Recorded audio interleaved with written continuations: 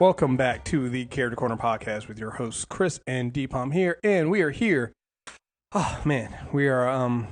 Guess we're finally doing it, huh? If anyone wants to start a podcast where we just go issue by issue on Claremont's entire run, I'm down for that. This is going to be as close as you guys are going to get to getting a full-blown X-Men podcast from us.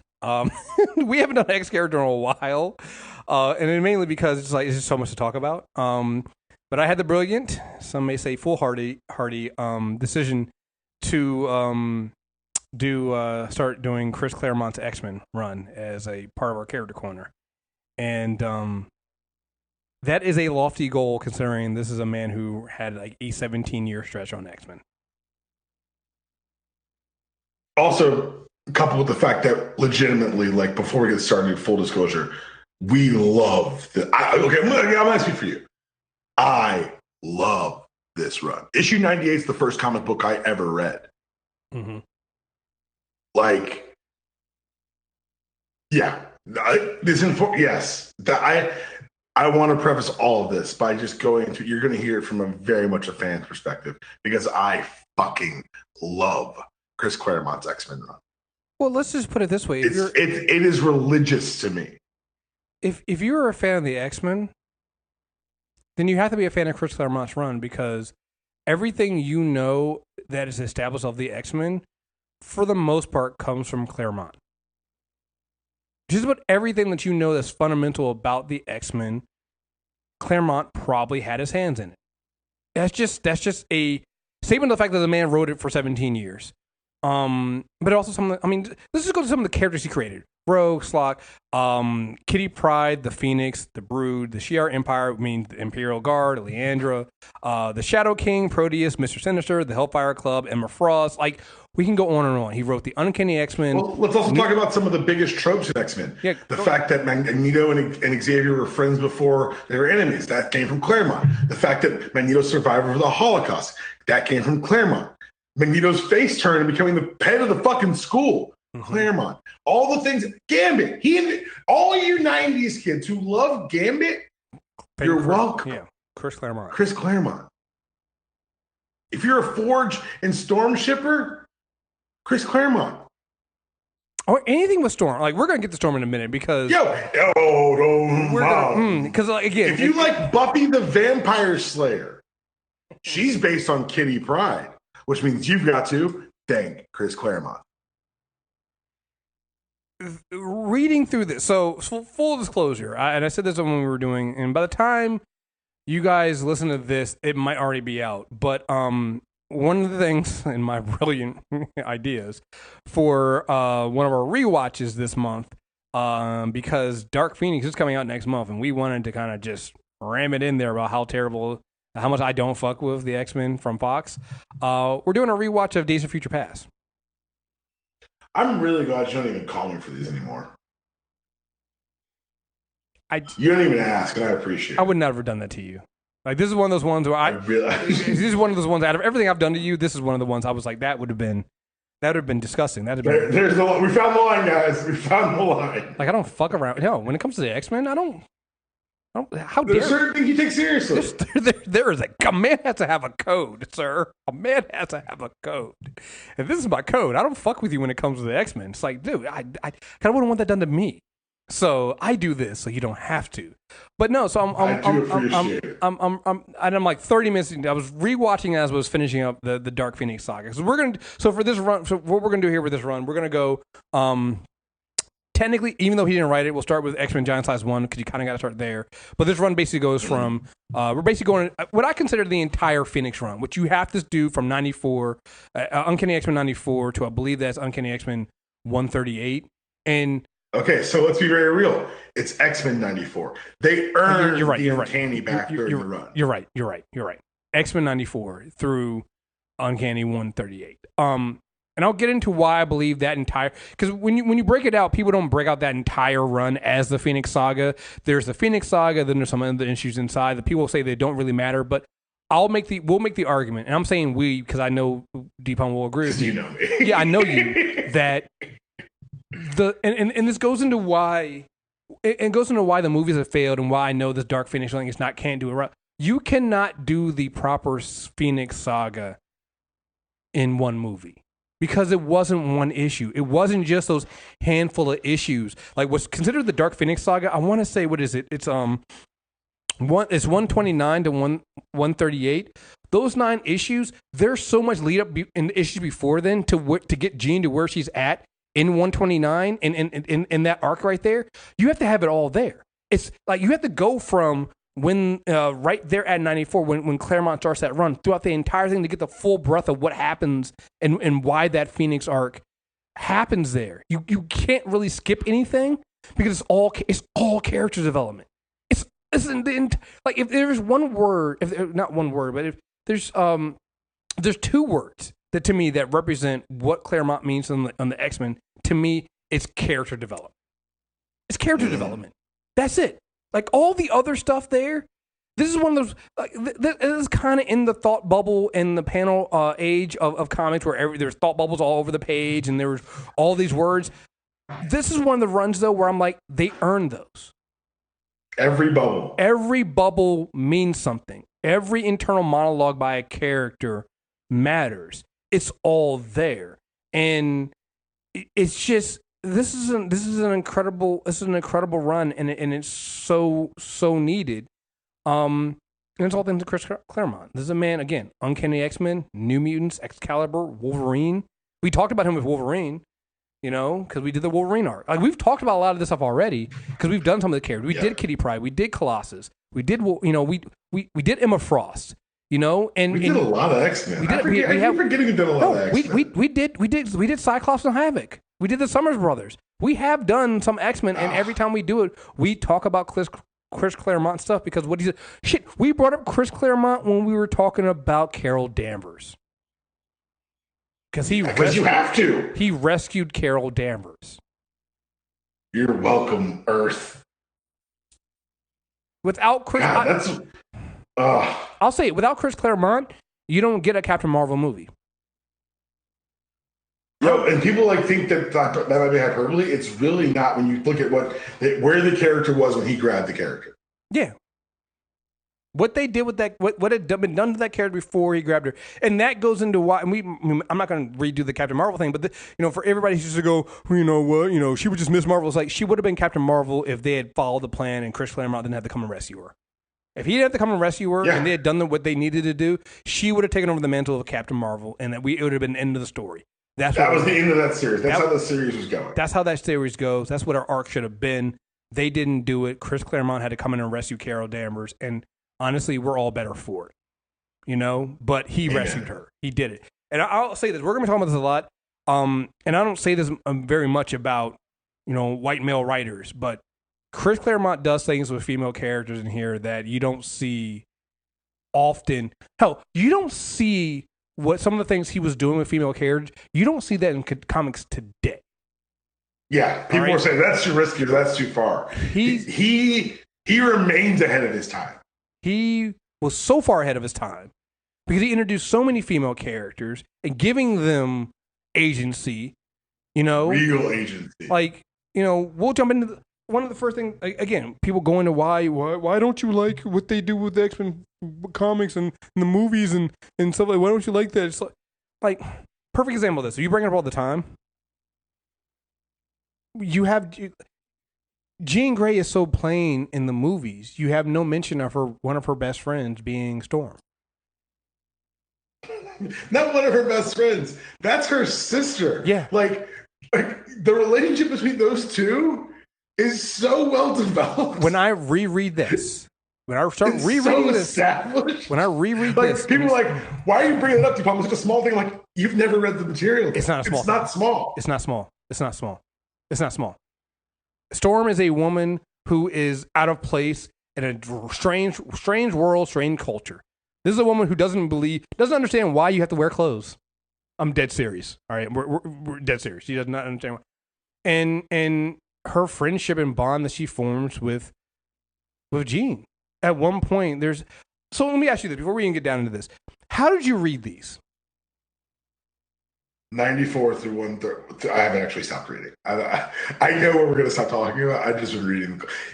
Look, you said we're doing Claremont X-Men. I just started reading. No. So what I meant by that is, did you read like the actual individual issues, or did you do the classic X-Men? I'm in digital. I'm going individual issues. Okay, so this is gonna be great because I read it the classic X-Men way, the classic X-Men 1 through 40 with the backups. Dude, that's why I read it. So I did. Okay, I know the backups because of course I know. You'll have to refresh me as we go, though. Yo, the backup. So what else don't know? You can read this. You can read this two different ways. You can go and get Uncanny X-Men 94 through 138, which is what we're going to cover in this run. Or you can get the classic X-Men 1 through 40. Or it might be 1 through 44. I think it's 1 through 40. Maybe it's 40. No, it's 44. Yeah, it's 1 through 44. And what that is they're basically, for the most part, I think they cut out some of the work, they do cut out some of the panels, and they do shorten some of the stuff in the classic X-Men run, so you might miss a few things here and there, but it captures most of almost panel for panel the same stuff. They're not even redrawn. It's like they might take out a few panels here and there, but in the back of each one of them, there's like a 6 to 12 page story written by Chris Claremont. And I don't know when they did classic X-Men. It's not the same time. It's like it's a more seasoned Chris Claremont that gives you more information and insight into individual characters. So you'll get one on Storm. So you get one. It's like shortly after. It's like classic X-Men number 2 or something like that. Like shortly after the new X-Men have kind of settled into being the new X-Men. And the old X-Men have left. Jean has left the school as well, but she apparently had told Storm Ororo to come out and visit her in her new apartment. First of all, you realize that so Jean Grey doesn't just have Storm as her best friend. She has like 2 black best friends. Her roommate is Misty fucking Knight. You gotta remember, like, these are choices. Like, none of this is a mistake. Chris Claremont planned all this. He did all this on purpose because he got X-Men. He understood it from the concept at the very beginning is you build the family when there's no one else around you. And I love it. I'm sorry. So you get Storm showing up, and they have this conversation, and they form the bond. But at one point, Jean, a little pickpocket comes out and takes Jean's pocketbook, and Jean goes after her, and Storm can't because it's a tunnel, and Storm has this claustrophobia. So her and Jean have this conversation, and it ends with Jean taking Storm's hand and walking down the tunnel with her, down the entrance of the subway with her. Like you said, they're sisters. Like, this is a bond, and this is something like it's one of those things that people like sprinkle in the recent comics. But like, it's one of the reasons I really love X-Men Red is because after Jean comes back from the dead the most recent time, you get her and Storm on the same team, and they have those conversations and how much they miss each other and how crazy it is. And it's just, people are like, oh, this is so nice that they're friends. I'm like, you don't seem like, go back and read what they're touching on. Like, this is not just like, oh, they served a lot of time with the X-Men together. The point of X-Men is that this is a family. And so in the beginning of this run, before you even get the actual Phoenix Saga starts in 101, but that intro of 94, I would actually say, and even though he didn't write it, I think what was that? That was Cochran who wrote Giant Size, right? Who wrote that? Yeah. Giant Size number 1 basically has you the forming of the new team, right? You bring in Storm, Wolverine, Colossus, Nightcrawler, and Thunderbird, and I think Banshee and Sunfire, right? They're there to rescue the old X-Men, and when they do, you get the split where the old X-Men aren't really fond of having this new team here. Bobby at one point made the joke of, what are we going to do with 13 X-Men? And my present day mind, I go, write a bunch of books. It's like only 13. Right. You guys have no idea what you're gonna do. But what ends up happening, the team stays, but some of the older X-Men leave, and you basically get a passing of the guard with this new team. Cyclops stays behind. And issue 2, which is so ballsy. Yeah. Issue 2, everyone leaves, and you get this new team. And I will say that, to me, this new team and the dynamics that are formed in this new team are where you get most of your ideas of what the X-Men are, of a family. Because here, when they first started, and there's a whole big thing of this throughout the entire arc of, because you also really, I think Claremont also really understood that Charles Xavier is a dick. He really gets it and drives that home. But the difference between the old team and the new team is the old team, they started when they were kids. So they functioned as a team because, when you get them young and you train them young, and you train them to be one way, it's easy to kind of smooth over any problems, and it's easy to kind of stay in there. This team that they form together, they're not a family. They're individual people. You have people from different parts of the world, from different backgrounds. You have Wolverine, who's the ultimate loner. Same thing. It was one of those things when they made the giant size team, it was to make it from every continent. And you're right. It's this team that's not a team, but watching them become and that's why I said it from the jump that Claremont understood what X-Men was, because he knew it had to end up at family. Well, and that the journey to get there is the story.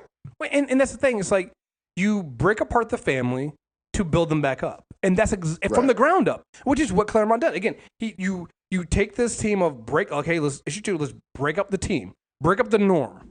All right, it doesn't mean we won't be able to call back and bring back Angel, Beast, and all the other. We'll be able to bring them back at some points, but for now, let's see if we can sink or swim without the crutch of the old team. And that's what they do. Even Jean leaves, and then leaves Cyclops back, but then also kind of, again, is another one of those things that kind of helps seed what later comes on with the Phoenix. Because you have Scott so focused on his work and so focused on the team that even Jean at one point when she's leaving basically goes, I knew you weren't going to come, but I had to ask. Because Scott's not going to leave. And then you build this team back up who a bunch of people that don't work together. Sean Banshee doesn't work. It's just as much of a loner as Wolverine is. You have Shi'ar leaves before the fucking ink dries. Right. It's like, yeah, don't. It basically said, and don't bother calling me. I don't want to hear it. I don't want to. Don't call back. Don't call back. John Proudstar is always feels inadequate and feels like everyone knows about him dying. It was like 4 issues in, maybe like 3. Yeah. Maybe not even that. No, 3. 3 issues in. 97. Right? Yeah, 97. He dies. No, 97, 96. Jeez. Yeah, it's because like, 98 is the because 97 is the Havoc and Scott issue. You're right. Yeah. And 98 is the Christmas issue, because that's my first issue I ever read. Mm-hmm. And so, but they do a good job of, Claremont kills his character, but he also does a good job of establishing the background on that and what happened. It's like him not feeling adequate and having this competition with Wolverine and feeling like if Wolverine can do it, I can do it better and all this other stuff. And then after he dies, you have some of the X-Men kind of looking back at some of their experiences with him and saying, man, I could have done more. Could have done more to reach out. There's right. I think there's another one of those little minis in the back where it's Storm and Storm talking to John Proudstar. They just do a really good job. Like Claremont does a really good job of just getting into the minds of these characters and realizing that, yeah, you know what? They're new. They don't know each other. It's going to take a while for them to gel as a team. They're not going to operate as a team at first. And you know what? That's going to drive somebody like Cyclops fucking crazy because he's all about, he's all about the team. In the background of that, you have Professor X isn't really any help because he's having you don't know at the time, but he's had this psychic connection with Leandra, who's sending him through all kinds of the psychic. Which, by the way, him setting the stages for that so early, it's one of those things that you and I talk about when you give a writer and an artist and a team a lot of runway, that they really surprise you, and clearly they had the runway here. I was actually surprised how early it was. Like when you haven't read it in a while, you don't remember, and you think there's more distance in between certain things, but there isn't. It happens almost immediately. You're like, oh wow. I'm like, wait, is that? That's probably a Shi'ar. Is that can't be Leanne? That is Leanne. they did this early. They see that so early into this. So much. And again, that's why, to me, you got to read all the stuff previous to what is considered the Phoenix Saga. Because by the time you get into 101, you already have all this stuff established. You know, you have the groundwork's been laid. Mm-hmm. Mm-hmm. The groundwork has been laid, and you start understanding it. I love. There's just so much stuff. Like I love. I think it's in '96. It's Wolverine and Nightcrawler bonding, and it's one of the. You know what it is? I think it's one of the back little the pages. Is Logan basically telling Kurt not to use the image inducer when he's walking around the town, and they go into the bar. And then the bar, and Logan basically dares him to do it, drop it. And so Kirk does, and just he has a blast. And you get this sense of you get these little moments of the team bonding individually with each other, and you get why, you know, you then get that feeling. So when you get something like later on down the line, like a Joss Whedon run, and you have Wolverine, you have Logan looking at Hank going like, you don't get to take that shit. You're an X-Men. You don't get to take a cure. Nope. You don't get to. You're an X-Men. You stand for something. You mean something. Like, it means something. And like you get it. You know, it makes sense. And I was like, oh man, so good. So good. So good. Let's see. What else we want to cover before we actually hop into 101? Like I said, there's a bunch of little moments here. I like the bonding. Again, let's talk about Storm right now. Let's do the Storm stuff right now. Let's do it. The development of Storm puts everything that I've ever seen in a movie to fucking shame. This is why we're mad. It is so... Because Claremont understands simple things like where she's from, they don't... Like, she was treated like a goddess. She didn't care about clothes. So there's certain times, like... Yo, Storm gets naked a lot. And it's not even like Claremont doesn't do it and doesn't have his artists do it in a way that's distasteful or something like that you see in like today's comics where you got like wearing like a string for a bikini or something like that. No, it's always done very tasteful so you can tell that she's naked, but like, it's almost off panel and it cuts to the other people going, it's like there's that moment where she's talking to Jean and she just takes her clothes off, and Jean's like, "Okay, no, you gotta put clothes on, babe. You got we gotta do that." There's the time when she goes swimming in the mansion pool, and like, and Nightcrawler goes to jump in, and realizes that Storm is naked, and then jumps out and tells all the guys like, "You guys can't go in there. You guys can't go in. Can't go in there." You know, her beauty, and it's not done in a cheap, and exploitive way. But you can tell some of the other men on the X-Men are so infatuated with her and her beauty and how she looks. You know what it is? She is almost like they sometimes portray Diana and Wonder Woman, where she's just so strong. Like it's undeniable the effect that she has on men, like how beautiful she is, like just to everyone. You know how beautiful she is, and it's one of those things that I was trying to think of why people so readily make Storm the Wonder Woman analog for Marvel, but that's it, really. It's because there's so many parallels to the way the characters are treated, and especially how intelligently they can be written. And I guess like Carol's late, and like Sue's always tied to the Fantastic Four, and even I think the power of this run is that people coming to X-Men say we need a Storm solo movie. And you can't point to a Storm story that says you deserve a solo movie. But you look at her character hair and you say, oh, you could definitely do one. Mm-hmm. Like there's room here for a Storm movie. Like for every time I've said, what story do you want to tell? The answer is here. It said, don't tell a story, just talk about this person, this version of Storm, this realized, fully fleshed out version of Storm. And that's the power of what Claremont did here, because he did it for all the characters, so that when these larger events start to happen, their natural human reactions feel weighted and legitimate. And like when at one point Wolverine threatens to gut Cyclops, and Storm says, "Don't you ever threaten like that again, or I'll deal with you." And it's just like, even in the small characterization up until that point, everything's so consistent. Mm-hmm. and so well rounded. And as we peel back the onions of these characters throughout the run, you see that. Like they asked one of the editors about how Claremont wrote, and he said he would come in with pages and pages of just character descriptions, of backstory, of things that are going to be weighty for this character later. Mm-hmm. And you can tell, like Storm is written, and this is why I go back to saying that your portrayals and your ideas of these characters came from Claremont. Everybody talks about Storm goes, she's a goddess. That comes from Claremont. She is written like a goddess. It's not just that other people, and I think that's the important piece right here, right? It's not that other people treat her like a goddess, because to me that can then come down to, oh, she's just beautiful and that's it.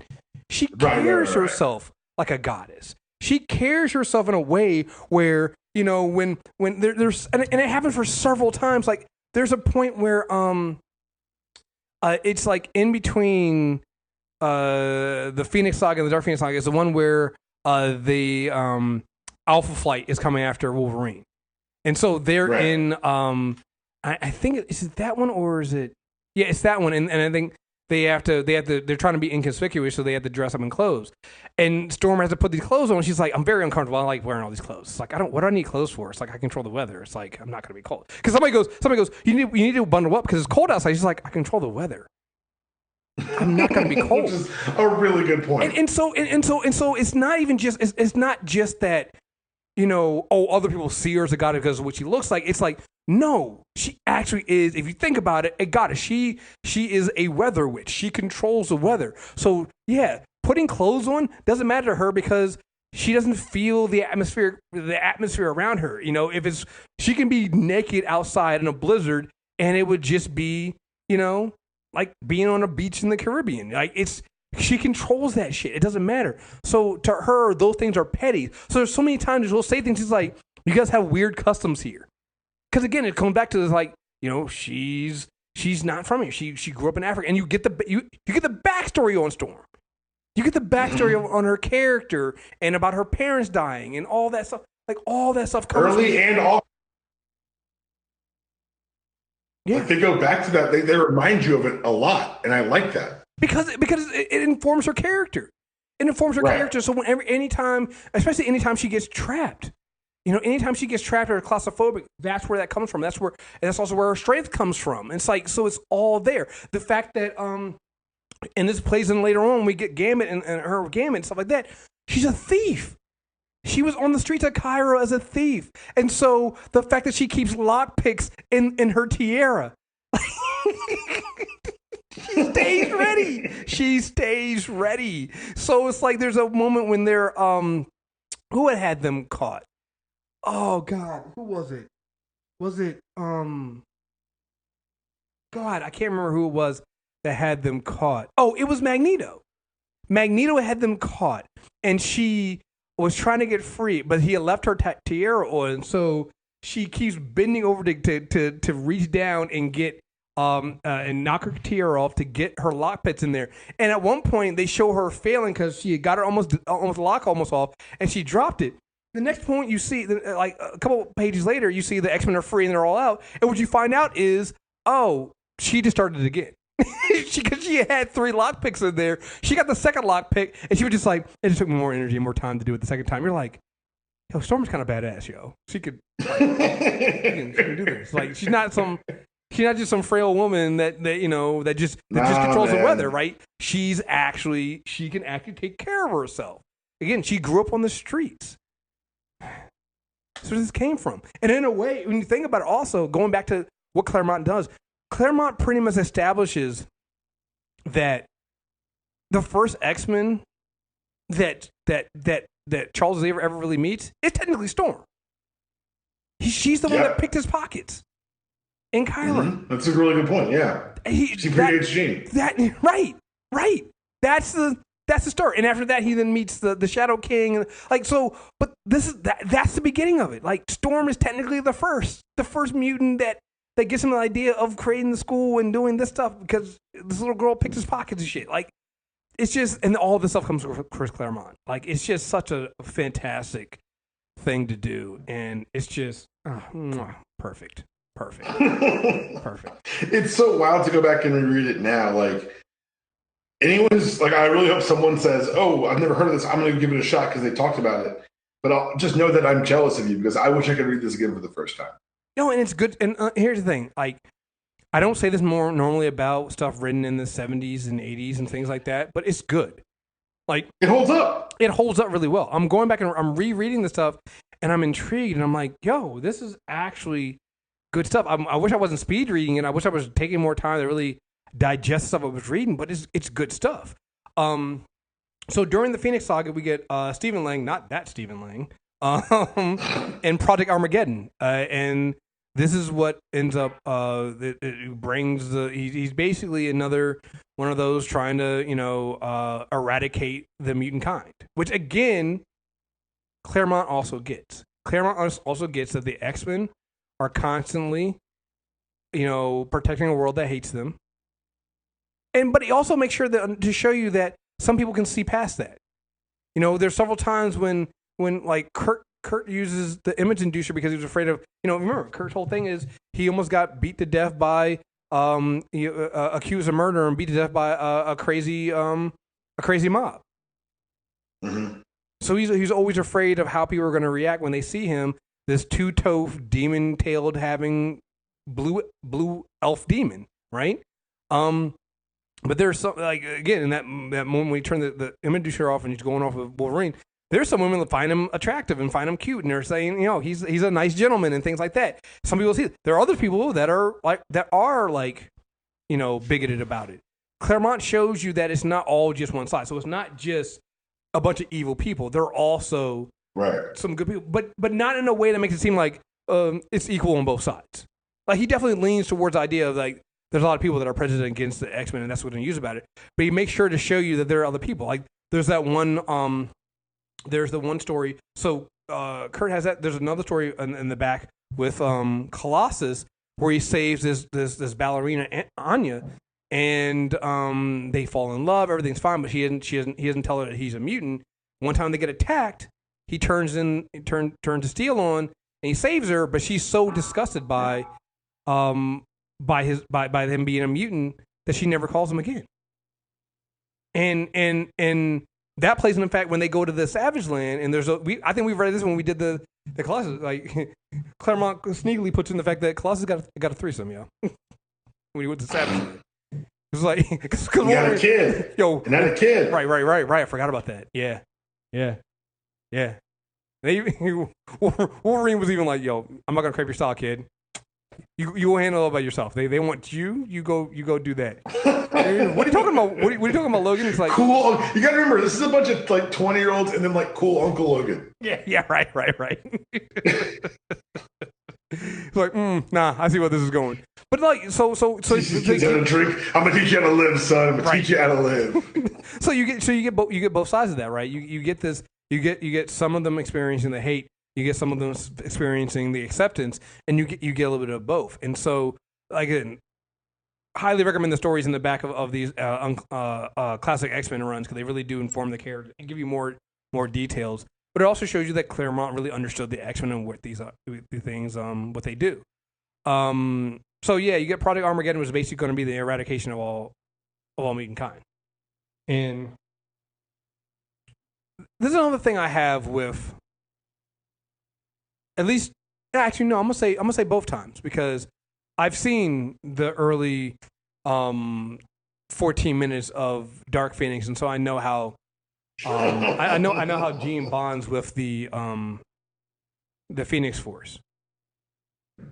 The way they do it in the comics is so much better because Jean literally had his life sucked out of her to save the team. She, for the most part, she dies. Which then brings in a realization of why it's called the Phoenix Force, because she literally rises from the dead. Because she dies. Jean dies.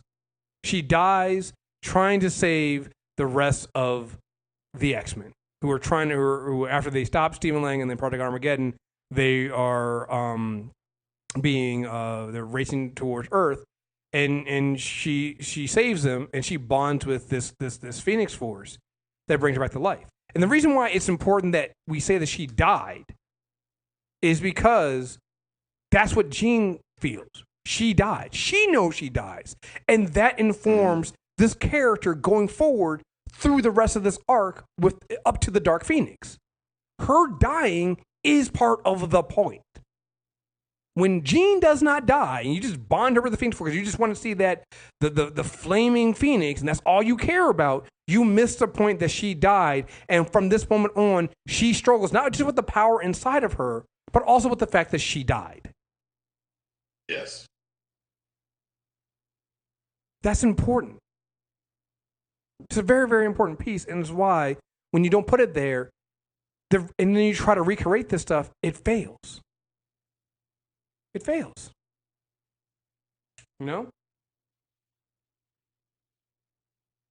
So, I don't know. That's one of the things one of the many things that drives me crazy about all this stuff. It's just how they, in a way, you kind of neuter the Phoenix Force and what that bonding with Jean does. Because everybody, they immediately go to, she bonded, oh, okay, she's the Dark Phoenix.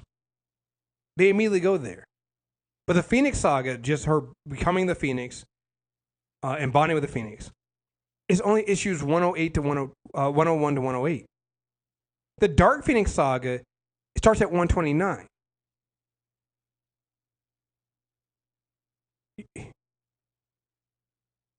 It's so fast. You have 21 issues. You have 21 issues, and even then, it doesn't really start. Her turn to Dark Phoenix doesn't start in 29. So it's like you get more than that. You have over 21 issues explaining how this turn happens. And so they want to make it so fast. They want to make it happen, like you said, in a movie. It's honestly, to do it right, you do it the MCU way, which is you start with the X-Men and Iron Man 1, and then by the time you get to Endgame, that's when you have Dark Phoenix. Because then it would make sense. Yeah, I mean, I'm laughing because you're so right. It needs to be that long. It needs to be that protracted. Because so much stuff happens in between here. You know? You have so many other things that happen, so many other bonding happens. Like the big piece being like, so in between this, so after the bonding with the Phoenix Force, and they try to stop the neutron force inside of the MCON crystal, and that's when you see the two forces. That's actually the first time you see the Dark Phoenix, right? Could you get that? You get Jean rejecting the Dark Phoenix side because she's bonding with her love and compassion with the Light Phoenix, right? So she bonds with that.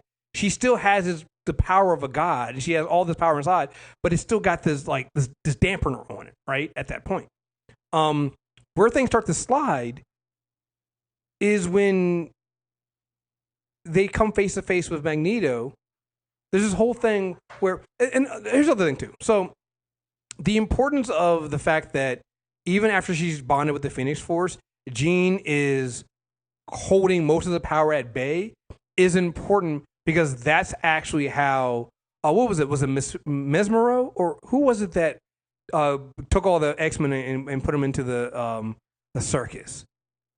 Oh. Arcade? No, it wasn't Arcade. I want to say it's Mesmero. Probably Mesmero then. Yeah, I think it's Mesmero. The reason why that's important, it's Mesmero.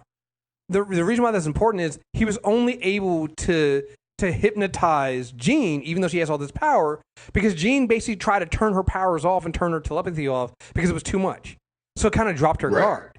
And that's important because Jean dropping the guard and dropping her guard on the Phoenix Force is what lets Mesmero get into him. And then it's also, then later on, leads to Mastermind getting in, which takes us down this whole path of the Dark Phoenix. Right. You know? And so that's important. So you have to show that.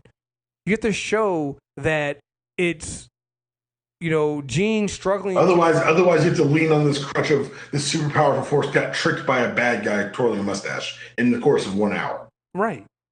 Or worse, that it's always been inside of her and she doesn't know how to control it. And, it's really about, no, it's not about any of that. It's not about any of that. The Phoenix Force is protecting Jean for most of the time, but when she's got all this stuff and all this hate building up on her, and the big one comes after this. So after the X-Men are trapped by Mesero, who actually saves them is actually Magneto, because during this whole time, Magneto has also been reformed as an adult.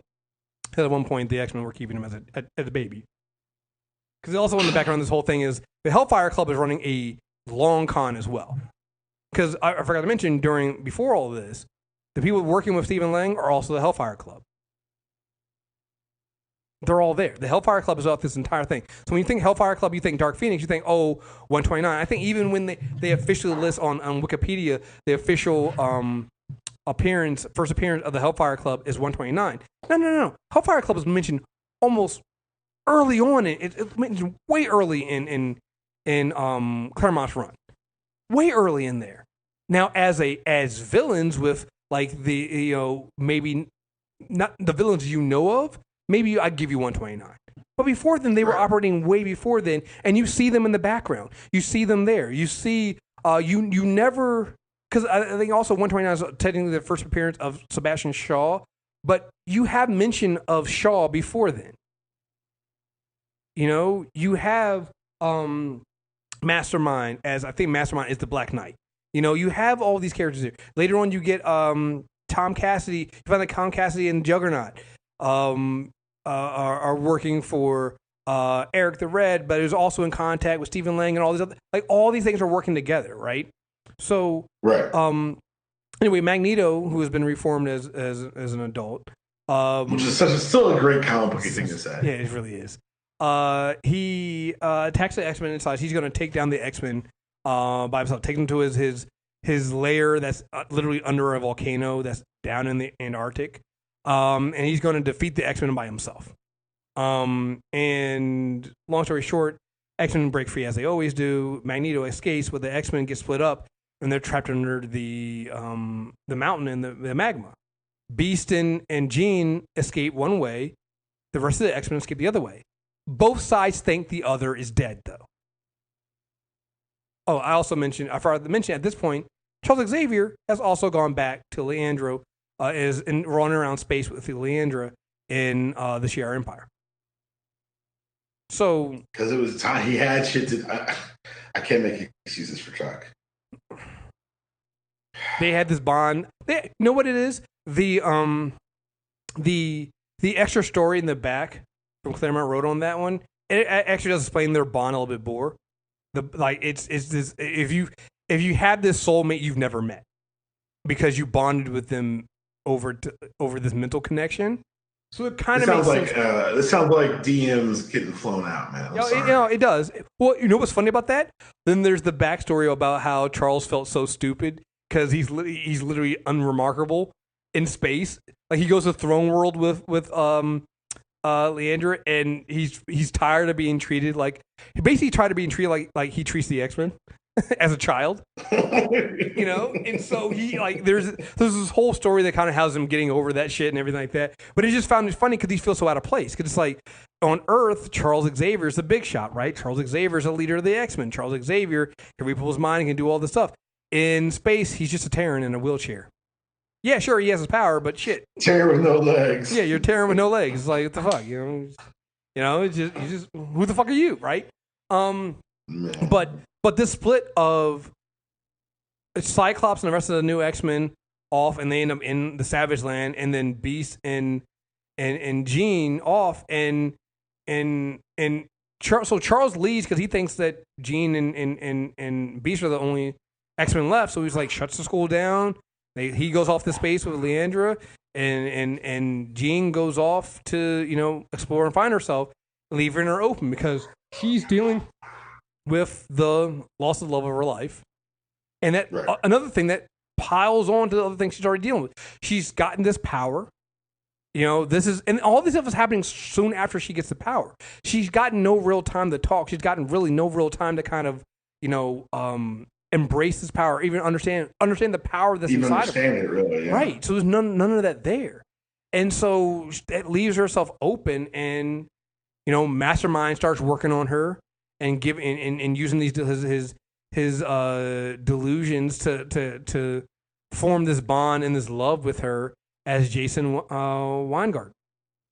You know, and at the same time, you have Scott and the rest of the X-Men off doing all these other adventures, which that is the one thing I did find kind of weird. It's like, yo, Scott and them are doing a lot of shit. You mean to tell me nobody realized the X-Men are out there? Like, they are doing a lot of Scott's been very busy. They are very fucking busy. None of this made the news. But at the same time, even like Wolverine like is like, yo, you're not even going to cry for the woman you love? And I will say this. Claremont does a better job of explaining Cyclops' frame of mind than anybody else. He's not a pushover. He's not a Boy Scout. You know? He's a leader trying to struggle the whole things together. And at some point when Charles Xavier comes back, Cyclops is like, basically like, you've been around. You don't know how to run this team. I do. I've been doing it. I know what I'm doing. You know? And Charles kind of resents him for that. You get Scott and Colleen Wing start a relationship. You know? As all this stuff is happening in between. So all this stuff builds up together, and then you get the Proteus Saga. Because, again, which again, the way this is set up, because that gets set up before the Phoenix Saga. That gets set up when Eric the Red and them attack and on Muir Island. Havoc and right, Polaris, yeah. Right, and they free Magneto and Mutant X accidentally gets out. All that and that you forget about that shit, and then it comes back. Like Claremont did a really good job of setting up things that didn't matter until many issues later.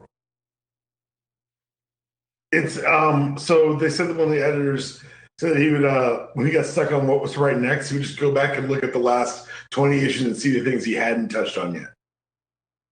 I mean, it makes sense. It was like you and I celebrate writers leaving threads for the next writer. Mm-hmm. He was leaving threads for himself. You could tell. It's like all these things would just pop up in there and you would see it, you know? Thrown in there. So you get Proteus and the son of Moira and Joseph McTaggart, and again, putting the team through the paces, putting the team through the ringer. You also finally get the combination of the two teams back together.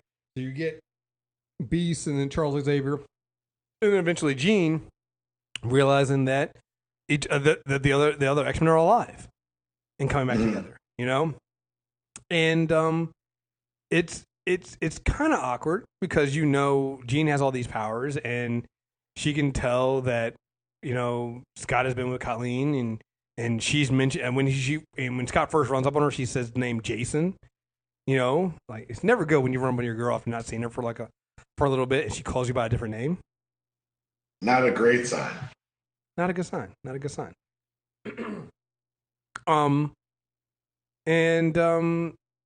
Yeah, but I mean, they end up taking the Proteus down and things move on. But again, you've got this entire time, you've got this constant reminder that, and every now and then throughout the Proteus Saga, even you have Jason Weingart, you have him or his other delusions working on Jean, where she thinks she's in like the 1800s or something like that. Like she's like this whole thing, and so she'll be going around the corner and all the next thing you know, she's like in this fancy dress and she's talking and she's with the man that she loves, Jason, and she's like, I'm so confused at how this stuff got there. Like he's working on her constantly, which is why I go back to it's like if you just read 129 to 138, you're missing at how you got to that point. It makes it seem like, oh wow, it was so easy. How could you convince the most powerful being in the world by this dude Mastermind? Like, how the fuck did that work? It's like because he's been working on her for 30 fucking issues. She was weak. He even says at one point, he's like, I've never come across a stronger mind, but also a weaker mind. Because she has been on this, she has all this self-doubt. She has all the stuff she's going into. And because she's trying to maintain this power, there's times when she's like, there's another like little back issue where it's her and Moira talking, and she's basically, let me see if I can find it. Because it was so good. It was basically her just talking about how she doesn't even know she's human anymore. You know? And yeah, there's so much to go through for that, and you don't know. So to go into Mastermind, like he came to her as a priest. There was this dude Nico. Like he keeps molding her into what he wants her to be. Here we go. Here's the thing with it, Jean. She's like, sometimes I can't help but thinking I should have died on that shuttle. Resurrection is good. Resurrection is for God. We humans should leave well enough alone. And what was the point? I saved the X-Men so that they could die a few months later?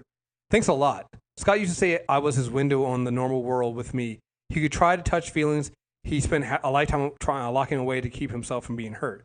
But he was my anchor as well. And I never more so than after this, my change, his strength, his love, reminded me, reinforced what it meant to be human. Without him, yeah. And that's what it is. It's like, Jean lost her anchor. She thinks that Scott's dead. So all of this stuff matters. The X-Men being thought to be dead, and that, again, like she said, she got all this power. She got the power of a god to save herself and save the X-Men, only for them to die again, as far as she knows, die a few months later. Like, Jean's going through it. She's barely holding on. It's a reminder right here that this isn't superhero comics. This is Shakespeare. Yeah. Like, it's just, and it's something I talked about, I forget, I think in the Endgame, one of the reviews, we talked about how the best storytelling gets you in the door with the super, keeps you with the man. And that's what this run does. And if you've got a favorite X-Men, guess what? They're your favorite X-Men because of the characterization they received during this stretch. Logan, Jean, Scott, Ororo, Pete, Kurt, Kitty. It all comes from this little window right here we're talking about. It's crazy how influential one writer can be. Mm-hmm. Given, I guess, 17 years. Mm-hmm.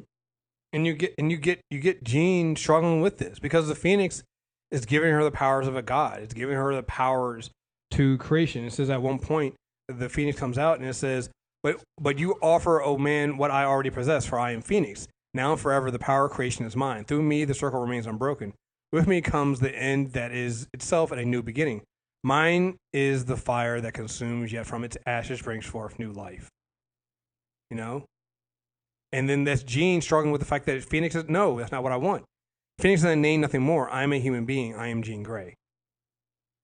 You know? And then you have here, you have Mastermind saying, Lord, love a duck.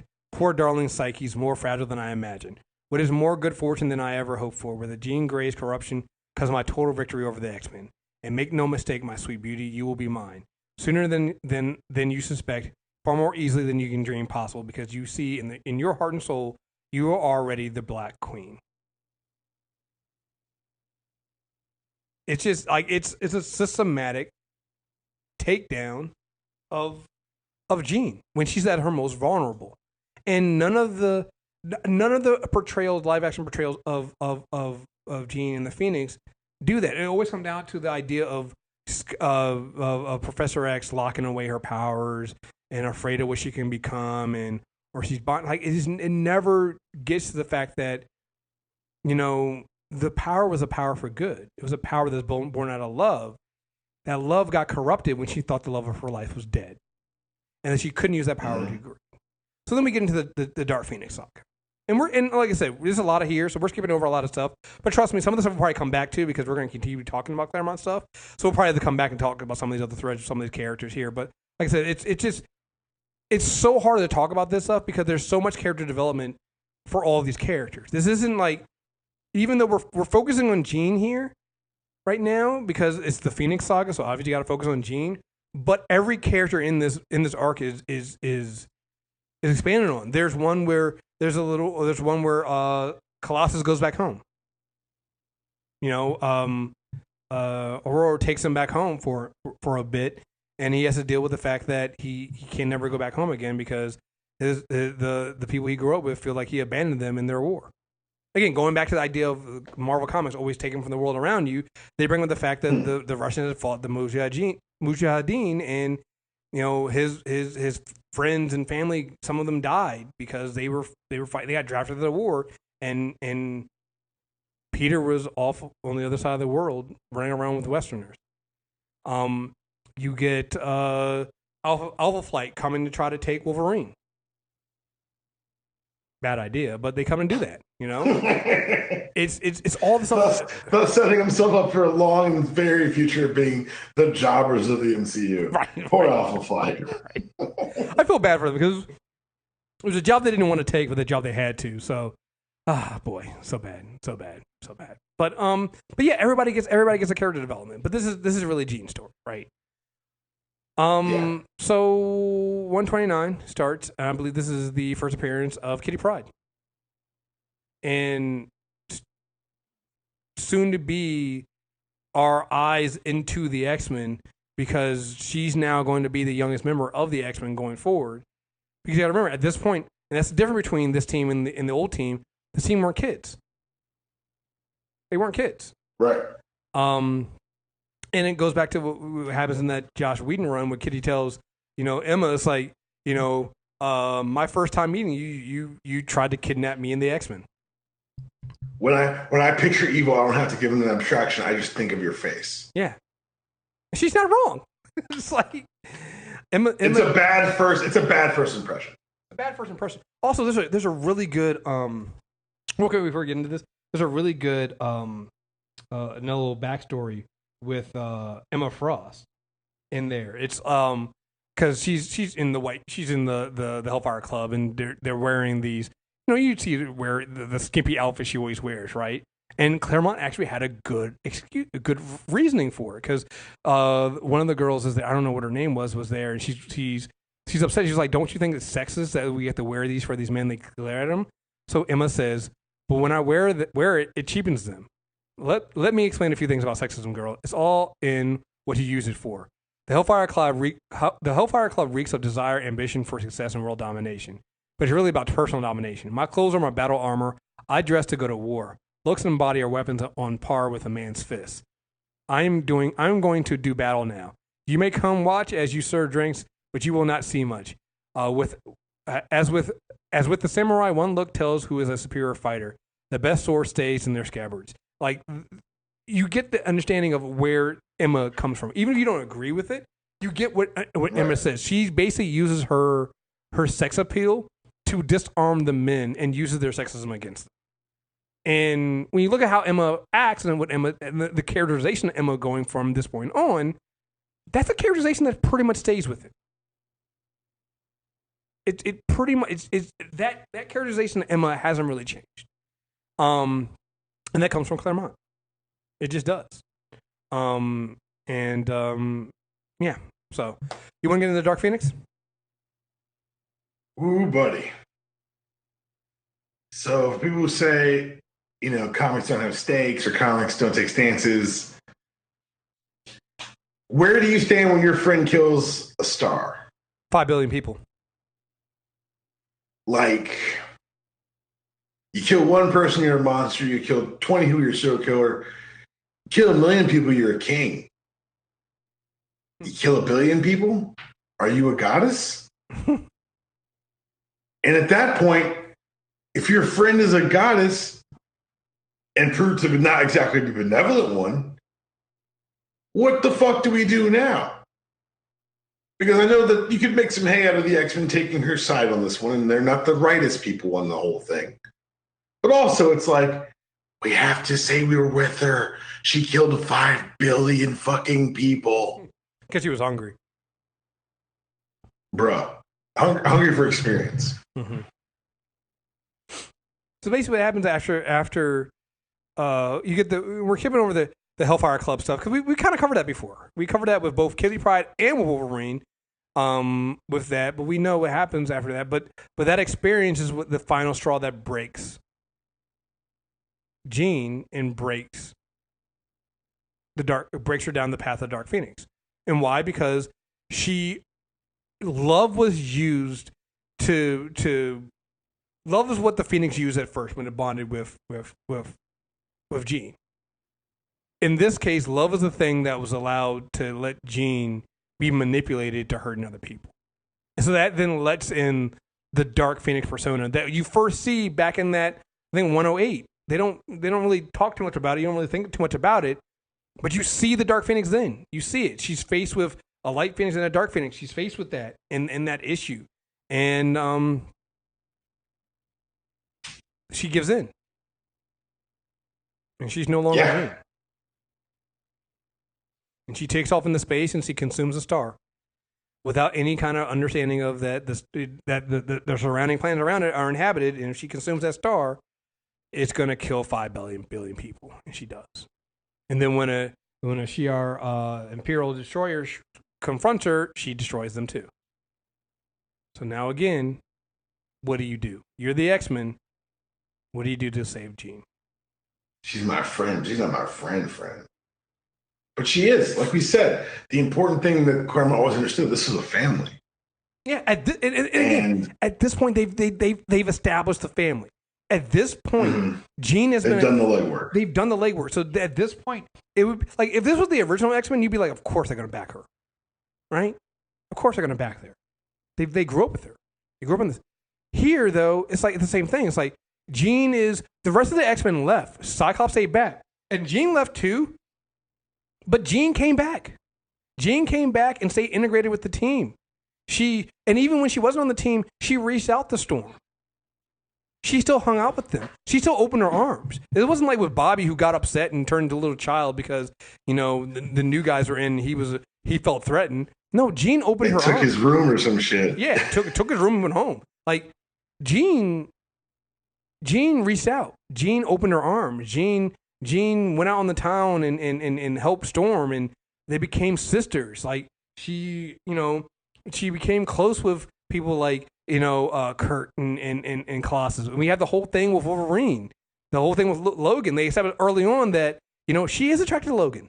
It's not a one-way thing. Yeah, he's rough around the edges and forward and things like that, and that is definitely Scott's girl. But when Logan comes around, there's a possibility, right?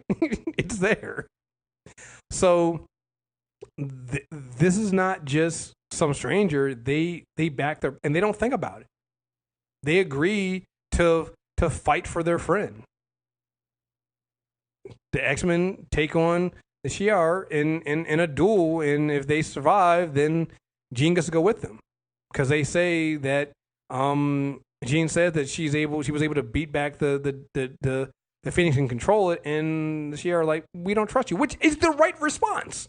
By the way, again, she killed 5 billion people.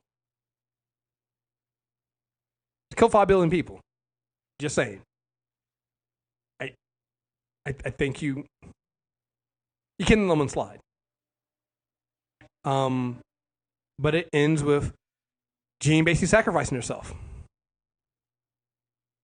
She sacrifices herself so that the X-Men can survive, and so it in a way it ends how it began, because Jean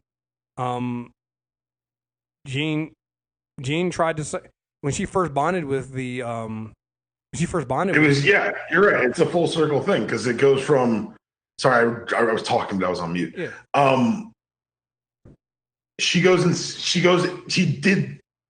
The entire decision was to save her friends. Mm-hmm. And when she ends up on the blue area of the moon versus the Imperial Guard in this trial by fire, this trial by combat, her friends know she's wrong. Her friends know that she's done these things, but they don't believe that it's these outsiders' right to kill her. And Jean gets this moment of prescience where she says, "You got to destroy him. You got to do it now," and Scott can't. And when you rush it in the movies, it's hard to try to explain this moment. But in the comics, where, like you said, the window to Dark Phoenix was open because of the loss of the love of her life. Mm-hmm. And here he is saying, in return, I can't destroy you. And she knows that he has to. She cannot live. It'll end up killing her friends if she stays. So like you said, one more time, she takes the hit for the team. Yep. Wolverine said the same thing. Wolverine, at one point, because we forgot to mention this. There's a couple other things that Claremont gave us that are just great. He gave us a fastball special several times. It's not just one time. He gives us a fastball special so many times that in the Dark Phoenix Saga, he reverses it because they're in space, and Logan throws Peter. And he throws Peter at at Jean because Logan was like, I had an opportunity to kill Jean before, I couldn't do it. I love her. I can't do it. I don't trust myself. You give me another opportunity, so it has to be you. It can't be me. He also gives us another great thing that they actually did do this in the X-Men movies, and it is one of the great things. And again, it comes from Claremont. Nightcrawler being able to punch and teleport at the same time.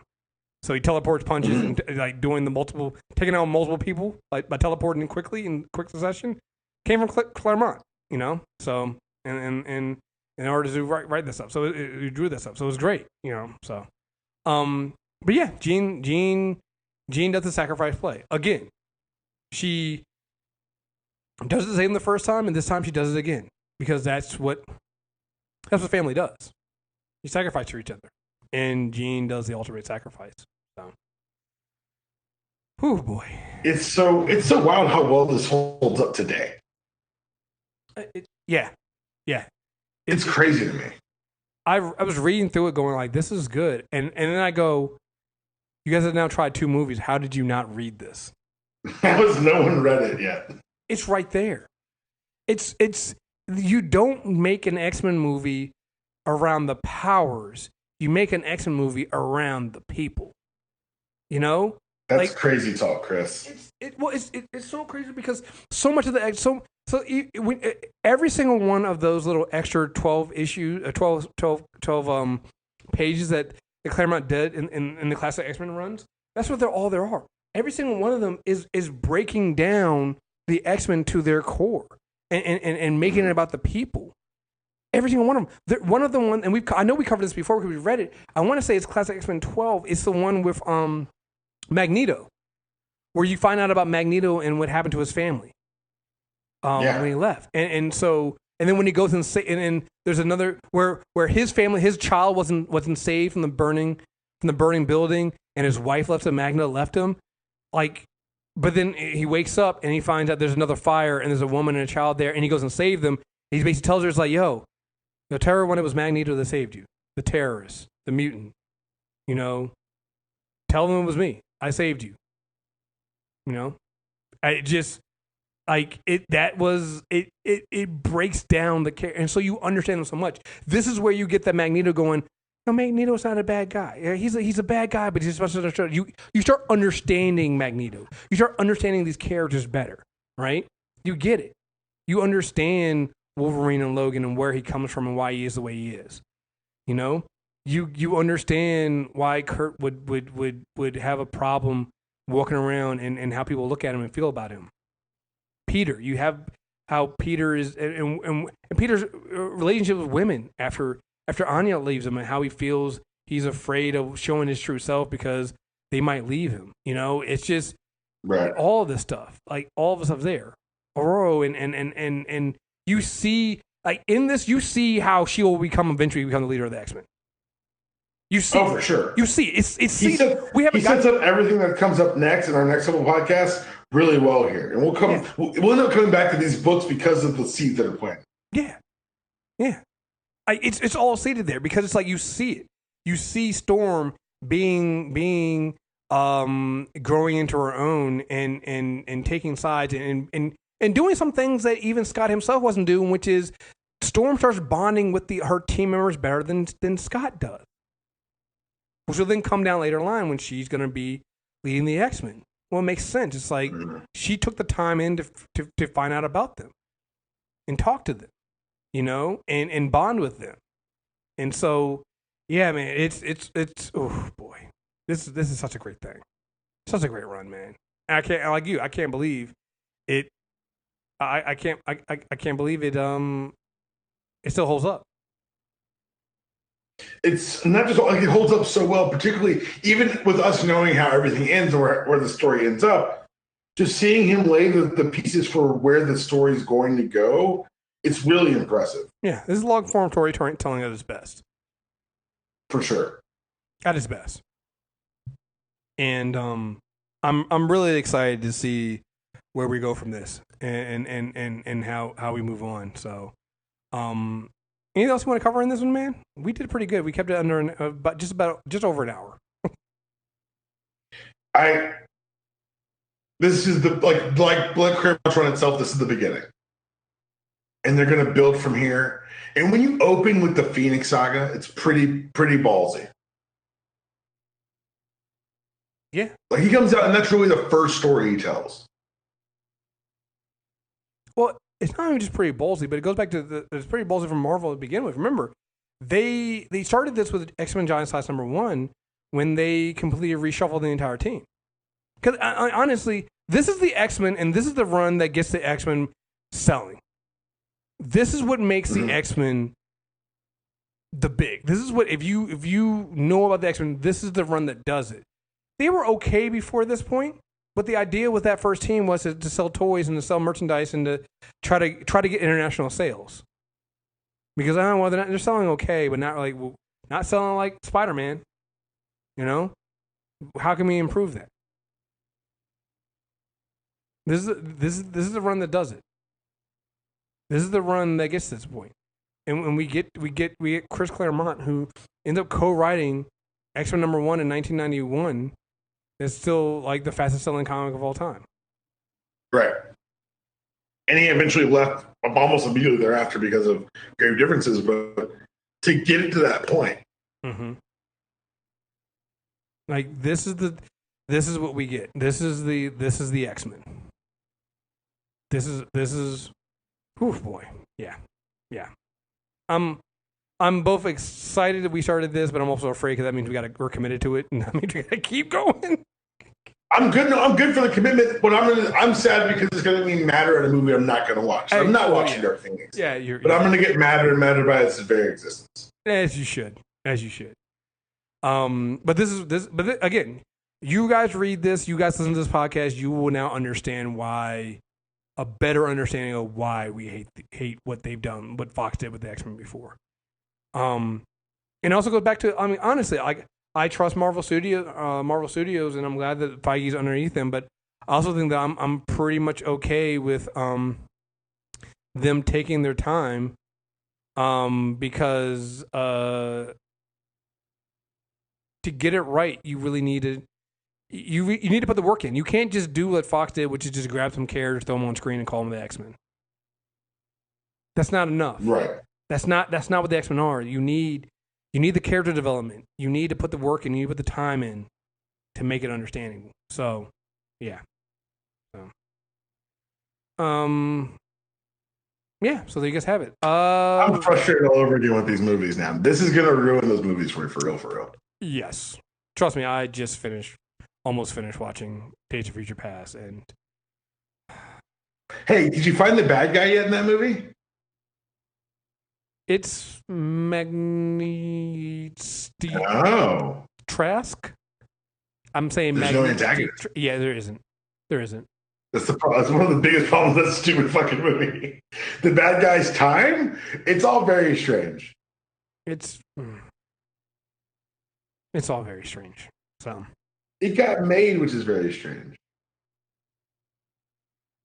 We need to do so much better. Anyway, folks, there you guys have it. That is our character corner on the X-Men Claremont stuff. Again, you can listen to us Spotify, iTunes, Character Corner, guys. We're gonna get some stuff in there. We're probably gonna do instead of going, we're gonna try to keep our every other going for this. And I definitely I believe June is Pride Month, so we're gonna try to get. It'll either be a bonus episode or maybe it'll just be its own flat out episode. I don't know yet. And we're going to talk about some of the LGBTQ characters across comics. So we'll do some of the DC ones, we'll do some of the Marvel ones, even some of the ones that we've seen in Image and other comics there. I think that'll be a fun one. I don't know how we're going to lay that one out. I don't want to just mention the characters, but we'll figure something out with that. We'll get that one out probably, hopefully in a few weeks to celebrate that month, and we'll go from there. So. Again, folks, thank you guys very much for listening, and until next time, we are out of here. Peace.